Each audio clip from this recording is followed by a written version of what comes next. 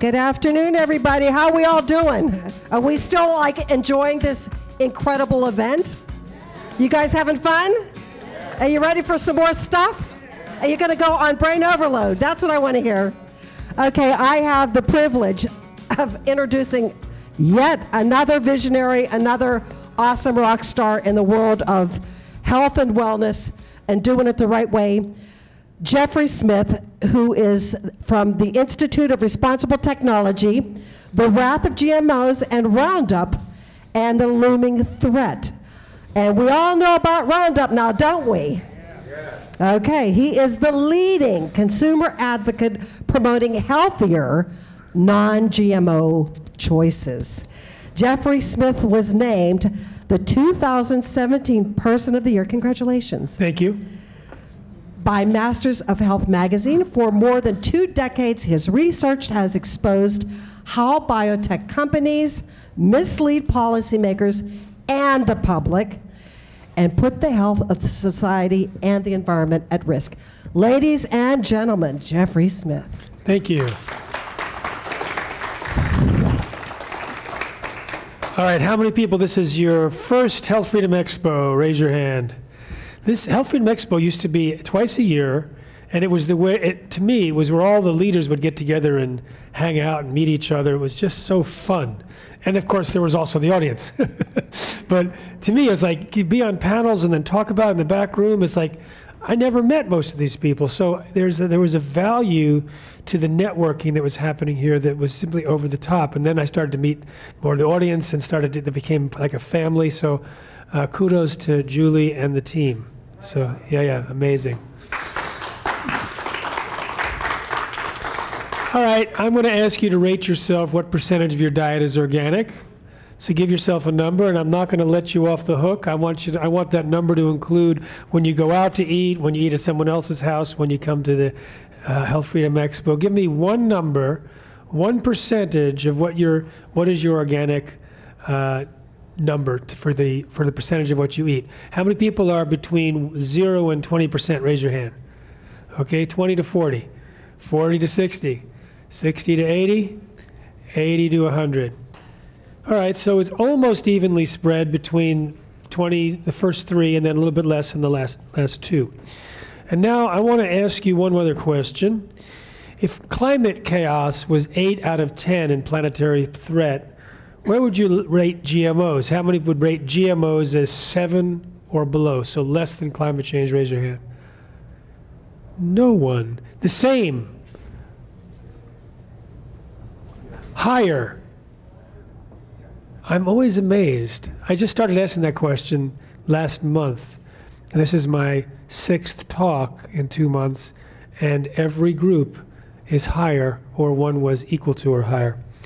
Well, now I'm going to make it easier for you to have some ammunition about why GMOs present that existential threat.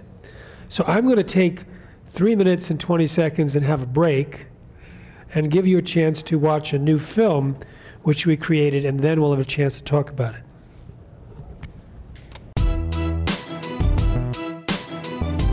If we stop climate change, save our oceans, and protect our soils, we may still lose the natural world we cherish. A quiet invasion is underway, where companies who profit from altering DNA are declaring open season on all parts of nature. Like the gold rush of the Wild West, there is a global gene rush underway, moving from engineering crops to engineering entire ecosystems. From algae to animals, fungus to flowers, bacteria to bees. With genetic engineering techniques such as gene editing costing less than ever, nothing is off limits. Once released, GMOs reproduce.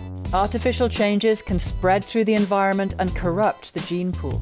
We have no strategies to clean it up. The only thing lasting longer than a permanently altered gene pool is extinction. Last century, the assault of synthetic chemicals polluted nature.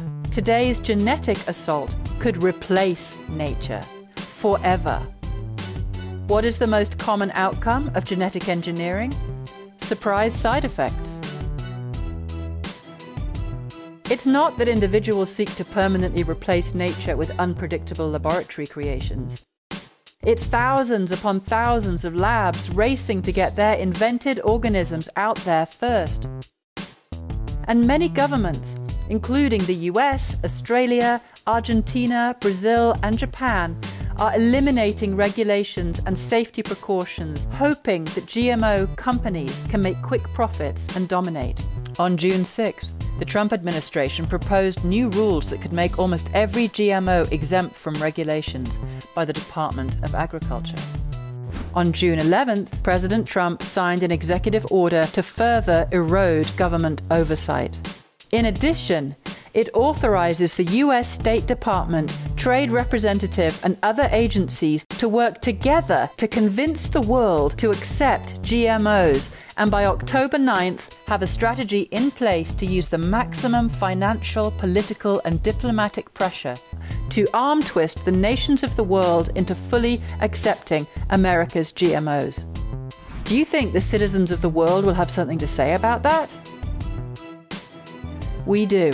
In fact, we invite you to join a global protest to say it loud and clear. It's time to blow the whistle, not just for our children and grandchildren, but for all living beings and all future generations. They're depending on us. Protect nature now.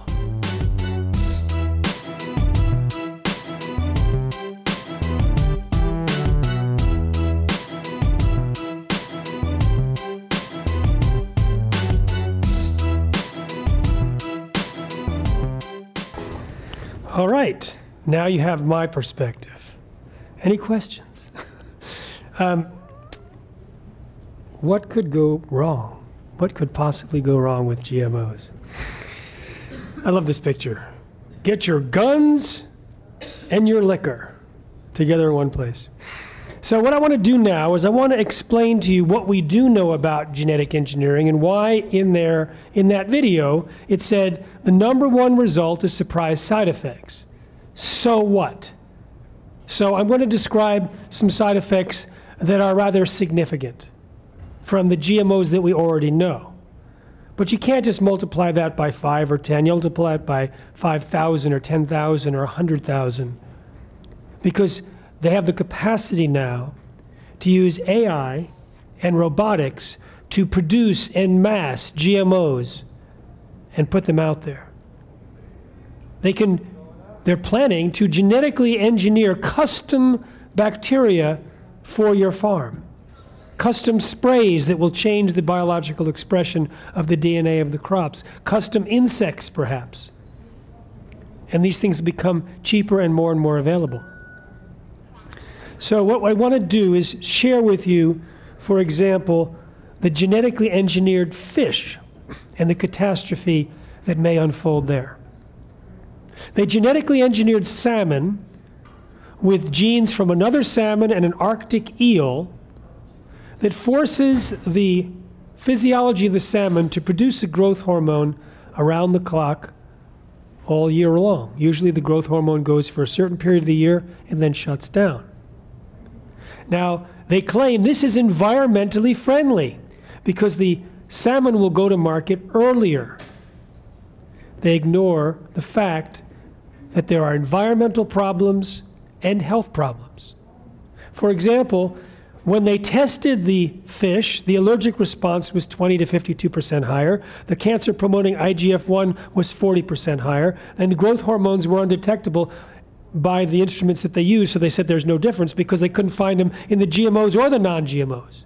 So how could they ignore 20 to 52% higher in allergic response? Because they only used 6 fish. They used the smallest possible number so that the statistical significance almost basically disappeared. And on the basis of these ridiculous tests, they're going to expose the entire population to a genetically engineered salmon. Now, the Canadian government scientists did some research and made a genetically engineered salmon similar to this one that's now on the market. They're actually selling the salmon in Canada, and they're planned to sell it in the United States next year. But they created a different one with the same kind of growth hormone And it turns out these fast-growing fish are very hungry. And they put these fish in tanks, either just with the frankenfish or with the natural fish. When they fed them sufficient food, it was no problem. When they reduced the amount of food, the frankenfish freaked and started to become cannibalistic. They became very aggressive and started killing and eating their competitors. So if we release these salmon into the ocean, we may end up with bands of adolescent fish that will roam in areas that the natural fish don't go to, because that was one of their qualities, and attack and kill off other fish.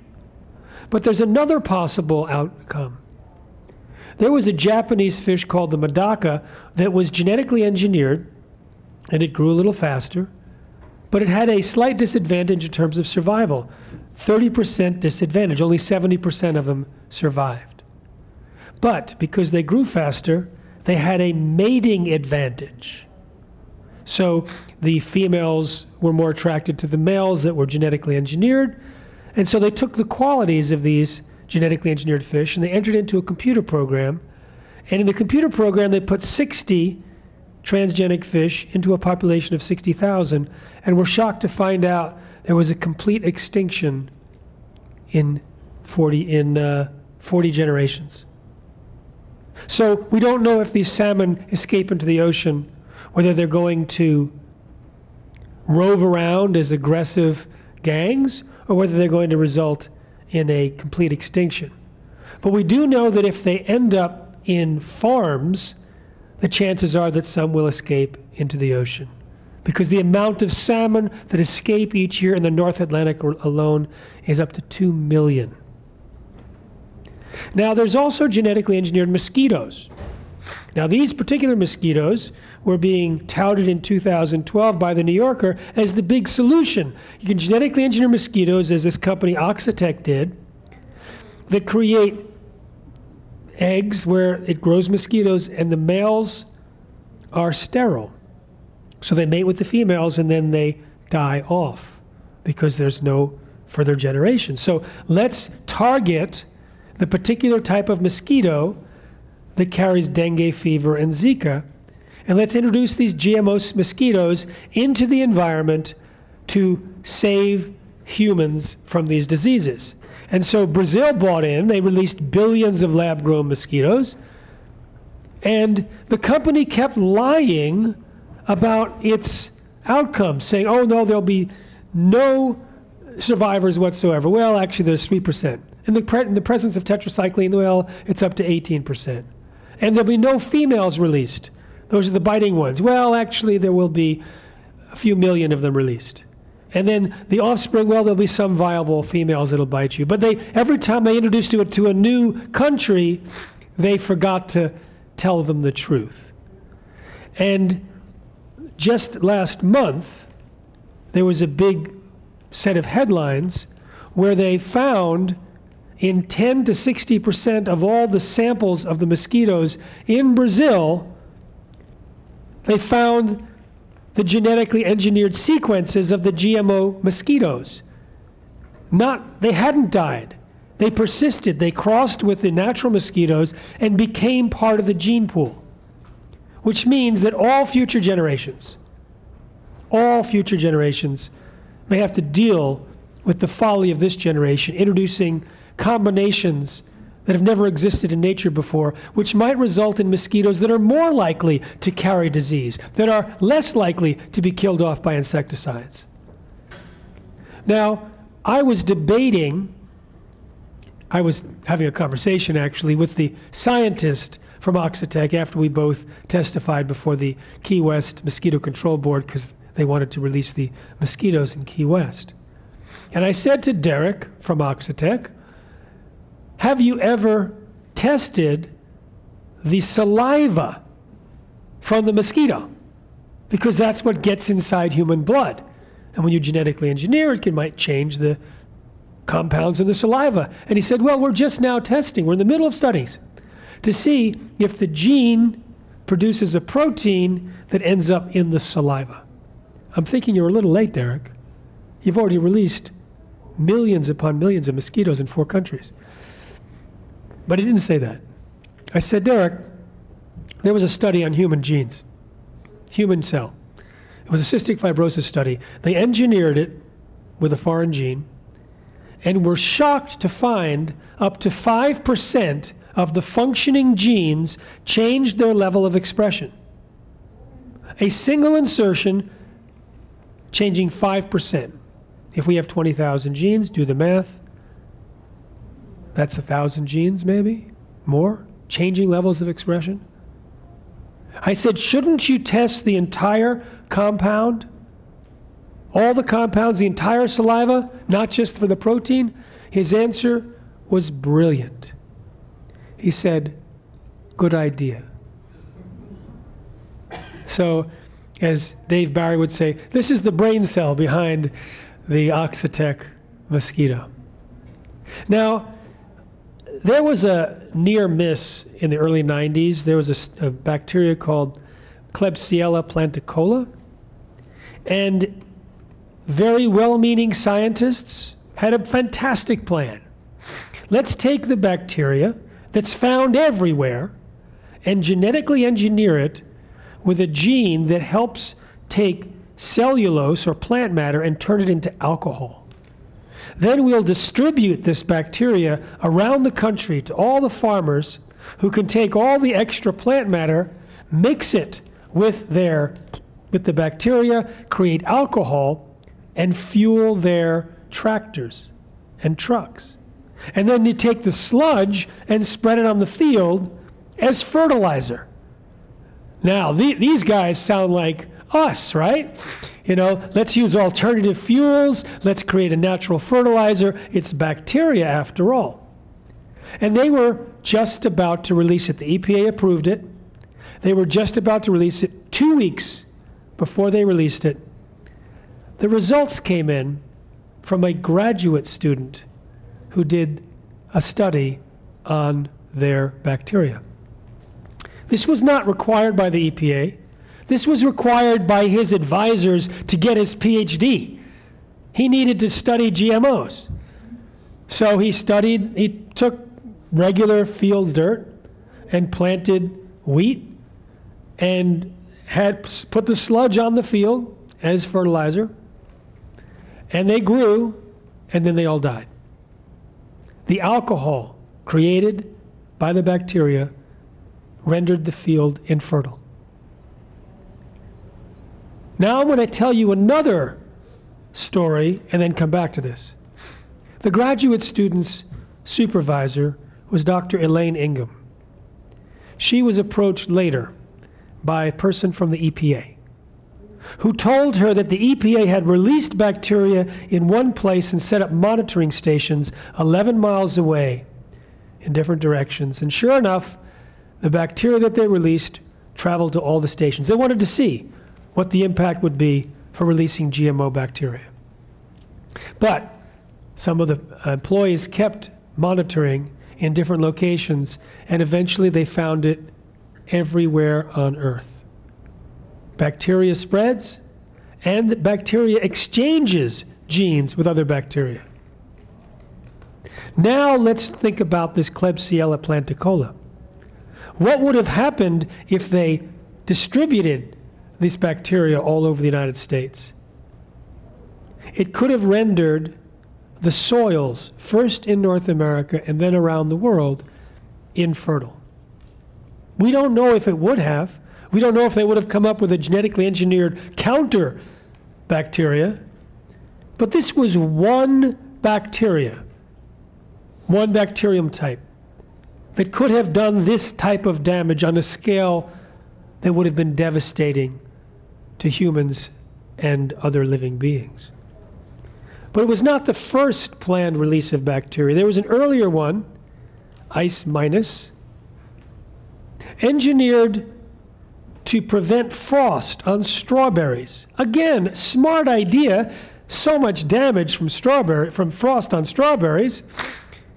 And on the strawberries, as all over on plants and trees and whatnot, is another bacterium called Pseudomonas syringae. Looks like a syringe, and the point causes condensation of water.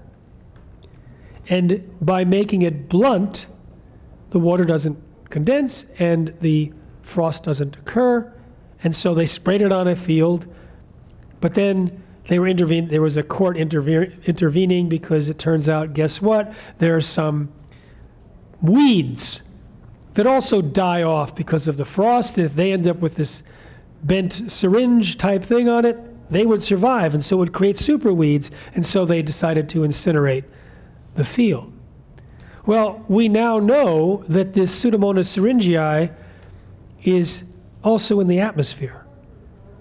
In California, for example, above the trees. When the wet winds come from the west, it condenses the water into rain. What could have happened if this blunt version dominated and took over? We might change the weather patterns in California or in the entire planet. Again, one single species, one release. And now there is genetically engineered bacteria planned to be released next year. And another one, Join Bio, coming soon after. Now, these may have been created from the typical genetic engineering where you take genes from one species and you force it into the DNA of other species. But now there's a new improved GMO. And you know what they say about this one? They say it's safe and predictable. We need no regulation. Oh, wait a minute, I just read that 25 years ago. Same thing. They said it 25 years ago about the original GMOs. Now they're saying the exact same thing in the same terms these days. So gene editing. They genetically engineer with little molecular scissors to cut the genome. Cuts the helix, double helix, and then the cellular mechanism rejoins. And in the process, you might cut out a piece, you might add a piece. Now, they genetically engineered cattle with this gene edits to not have horns. They wanted to be able to put a lot of cattle together in factory farms, and the horns got in the way, and they didn't want to have to cut the horns. So they tell us, oh, this is for humane treatment of animals, so we don't have to cut their horns before we put them into factories. So this is the humane treatment of animals, is we genetically engineer them. Now, when they did this, they published an article that demonstrated a success, but it wasn't good enough. They published a letter at the same time from a pro-biotech scientist concluding that because this now proves that we can edit without any side effects, there should be no regulations anywhere in the world on gene-edited animals. Because we have our proof. One study. Well, the FDA last month published an article saying we actually sequenced the DNA and you guys made a mistake. There was actually side effects. You didn't realize it, but bacteria DNA had become integrated into the cow DNA. And that bacteria has antibiotic-resistant genes for 3 different types of antibiotics. So if those bacterial genes were to transfer to pathogens, then the pathogens might become super diseases, which are already responsible for tens of thousands of deaths and amputations. Last week, an article was written showing that the antibiotic-resistant genes that are used in the process of genetic engineering, they're used once just to verify that the genes that you inserted into the DNA of those cells were successfully integrated into the DNA. Because you spray the petri dish with antibiotics, and the ones that survive, great. They have the whole gene cassette, plus this little thing that's an antibiotic-resistant gene that allows you to figure out which one's got it in there. Then you clone that cell into a plant. Now every single cell of the plant has whatever you want in there, like a Roundup Ready gene or a Bt toxin gene, plus the antibiotic resistant marker gene. But it's never used. It has no purpose. It was just that used that once so that you could figure out which genes ended up getting into which cells. This was a horrible idea, according to the FDA scientists, according to the British Medical Association, according to anyone who has a brain. Because you're introducing antibiotic-resistant genes into the food supply. So last week, scientists published research showing that when you eat the GMOs, you're eating the antibiotic-resistant genes in many of them. Then you poop them out, and your poop goes to wastewater treatment plants. And so they created a fake wastewater treatment plant and put it through for 30 days or 60 days. And little pieces of those genes survived, and some of them actually entered Staphylococcus. And then what do with that? In about half the United States, they put it on agriculture, the biosolids. So now you have actually created, from eating GMOs, you've created antibiotic-resistant pathogens that are now spread all over North American agriculture. Care of Monsanto and the FDA. So these cows would have antibiotic-resistant genes in every cell of the cow.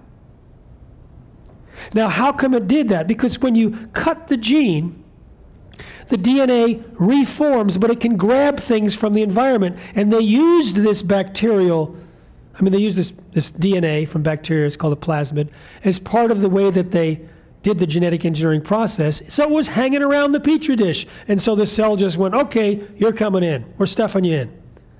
But it can also grab other things. The serum that is used for these Petri dishes comes from cows and goats.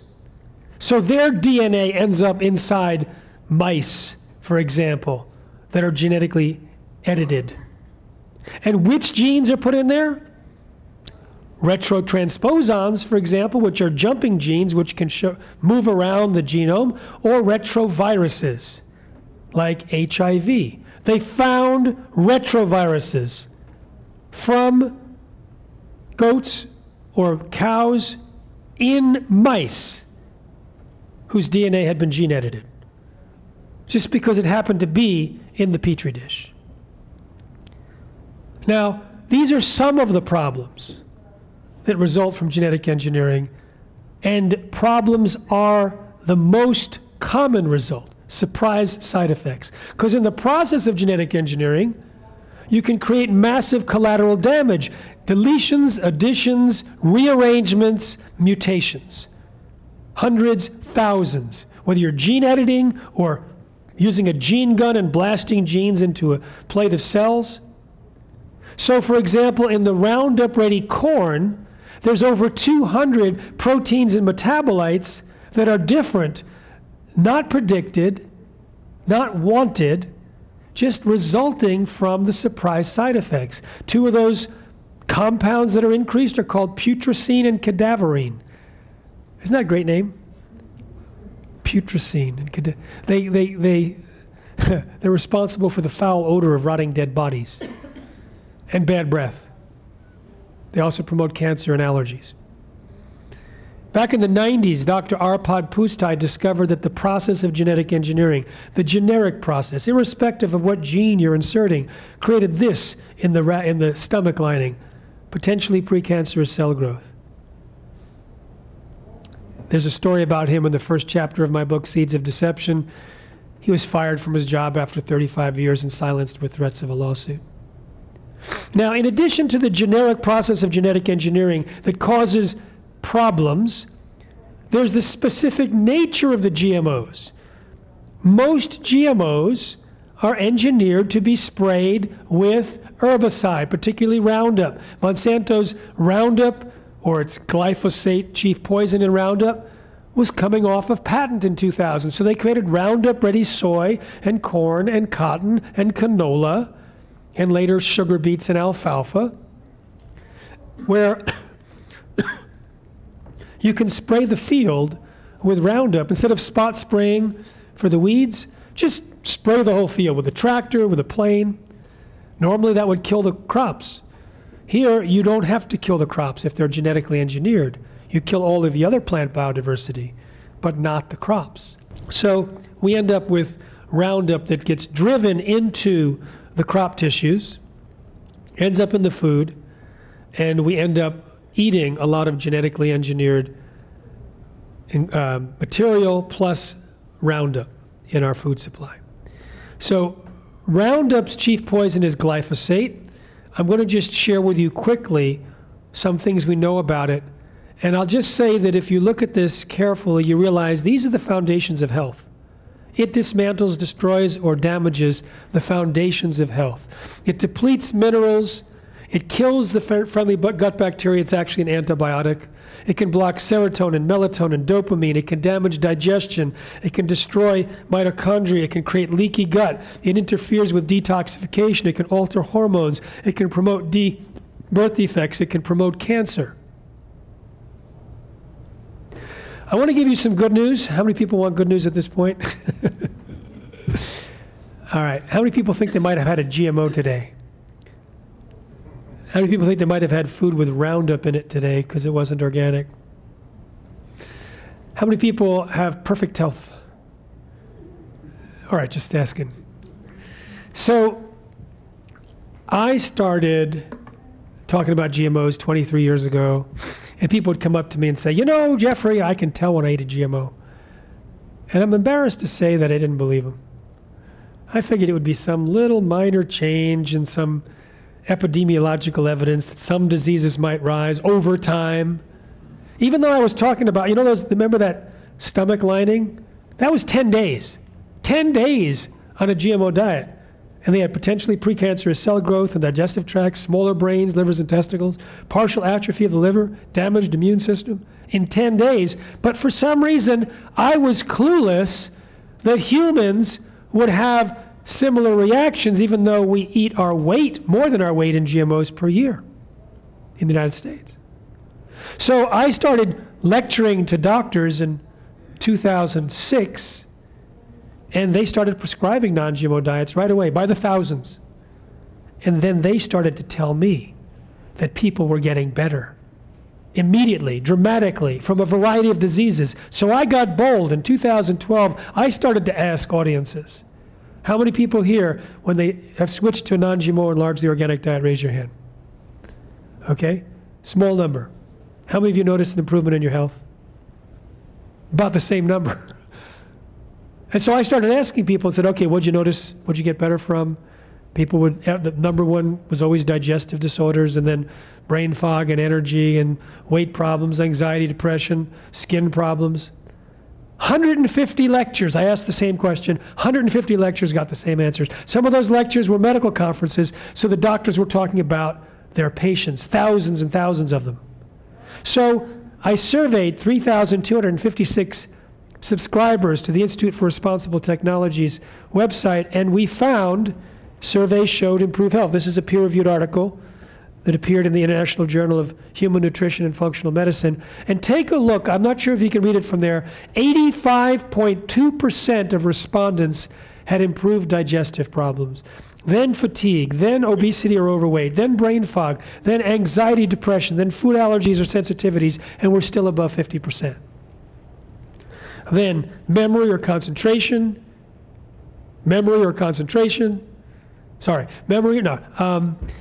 joint pain, seasonal allergies, gluten sensitivity, insomnia, skin conditions, hormonal problems, musculoskeletal pain, autoimmune disease, eczema, etc. And many of these diseases and disorders were also being described as getting better in livestock and pets that have been switched to non-GMO or organic food. Many of these diseases or disorders were being written about in peer-reviewed articles as afflicting the lab animals force-fed, but mostly it was the precursors of these because they never fed them for a long time. And these same diseases and disorders were on the rise in the US population, rising in parallel with the increased use of GMOs and Roundup. For example, take a look at the slope of the amount of Roundup sprayed on GMO soy and corn compared to inflammatory bowel disease. It's a very interesting correlation. You can't prove anything from this alone, but this is in the context of the fact that we actually also have causative pathways. We know how Roundup and GMOs might damage the intestines, might create leaky gut, inflammation. We have the evidence in other arenas, and so this becomes very interesting. I'm just going to go through these 30 charts in 60 seconds. I just want you to look at the slope of the line. I'll mention the name of the disease. Death due to intestinal infection, peritonitis. This is death from kidney failure. This is kidney injury. This is hepatitis C. This is autism and glyphosate applied to corn and soy. If it were a perfect correlation, it would be a 1. It's a 0.9972. This is diabetes. This is deaths due to stroke. This is diagnosis of dementia. This is deaths from senile dementia. This is Alzheimer deaths. This is deaths from Parkinson's. Deaths due to obesity. Deaths from hypertension. This is anemia. This is insomnia, sleep disorders, celiac disease, birth defects, lipoprotein metabolism disorder deaths, anxiety, suicide by overdose, schizophrenia, ADHD, and that's not all of them. Remember I said that glyphosate damages the foundations of health, and so too do GMOs, and they're not even mentioning about the Bt toxin created from corn and soy that can break holes in human intestines in a laboratory and also cause immune system responses. But the good news is that when people switch to organic, and it has to be organic, not just non-GMO, because Roundup is sprayed on a bunch of non-GMO food now. It's sprayed on oats. There's more Roundup residues on oats than there is on GM soy. More on lentils than oats. More on mung beans. Hummus. I love hummus. Don't eat it unless it's organic. You can go to responsibletechnology.org and get a report of where we find high levels of glyphosate residues. Responsibletechnology.org. You can take a picture of a slide later with that address on it. Now, the World Health Organization's Chief Cancer Committee declared that glyphosate is a probable human carcinogen, and it causes cancer in animals. So there's new information that turns out that glyphosate, this just came out this month, glyphosate alone on mouse breast cancer cells did not do anything. But when it was added, combined with a molecule that's present in all humans, it produced an aggressive form of breast cancer found in younger women. And here is the correlation between breast cancer diagnoses and the glyphosate applied to GMO soy and corn. Here's liver and bile duct cancer. Here's kidney and renal pelvic cancer. Here's urinary and bladder cancer. Here's thyroid cancer. Here's deaths due to acute myeloid leukemia. If you want to know more about what Monsanto really knew about the links between glyphosate and cancer, go to responsibletechnology.org and listen to my interviews with Brent Wisner. In fact, if you sign up for our podcast now, wherever you get podcasts, Jeffrey Smith, Live Healthy, Be Well, just started it last Tuesday. It's #2 in the world on alternative health within 24 hours. Next week, next Tuesday, we're going to release one of the best interviews with Brent Wisner, the chief architect, the attorney who won 2 of the 3 cases against Monsanto.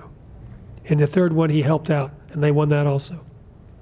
There's a study that shows that Roundup caused multiple massive tumors, early death, and organ damage with rats, but so too did Roundup-ready crops, whether it was the Roundup alone, the crops alone, or together.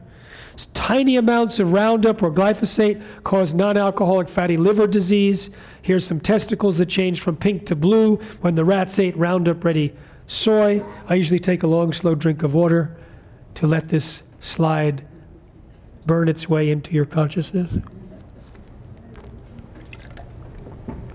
There was also damage to young sperm cells in mice that had been fed Roundup Ready soy, damage to uterus and ovaries in rats. These are Russian-speaking rats. They volunteered for an experiment by someone in the Russian Academy of Sciences, and they found that more than half of their offspring died within 3 weeks because they were fed the GMO soy when the controls were fed non-GMO soy. That appears to be the reason why there was such a high death rate, and also they were smaller and could not reproduce. Hamsters by the 3rd generation, also high infertility, high birth defects, and slower growth. And now we have information that they injected Roundup into the pregnant rats, and the rats did okay, the kids did okay, the grandchildren suffered. And who suffered more? The great-grandchildren. Epigenetic effects inherited. 90% of the great-grandchildren had serious diseases with the prostate, kidney, obesity, and deaths during pregnancies. You can listen to the interview with the scientist who did that at our Facebook page. It's about 45 minutes. It's from May, and it's very eye-opening. And as I said, you can't trust non-GMO foods because Roundup or glyphosate is used as a ripening agent. Now, I would like to recommend as my #1 recommendation to watch the movie Secret Ingredients at secretingredientsmovie.com. You can take a picture of this if you want. It shows how when people switch to organic diets, they got better. 2 autistic boys in families that switched to organic are no longer on the spectrum. A clinic had 92 infertile couples. It's a chiropractic clinic. 92 infertile couples. Put them on an organic diet, they all have children. 100% success rate. They had people with cancer, obesity, anxiety, brain fog. I'd like to ask you to rate yourself what percentage of your diet you plan to have as organic going future. How many people plan to be 0 to 20? Raise your hand. 20 to 40? 40 to 60? 60 to 80? 80 to 100. All right, give yourselves a hand.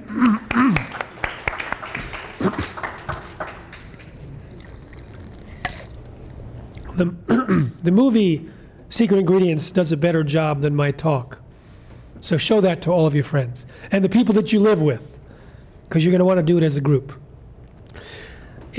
Well, you already had climate change is more dangerous, is less dangerous, so I'm not going to ask you this question.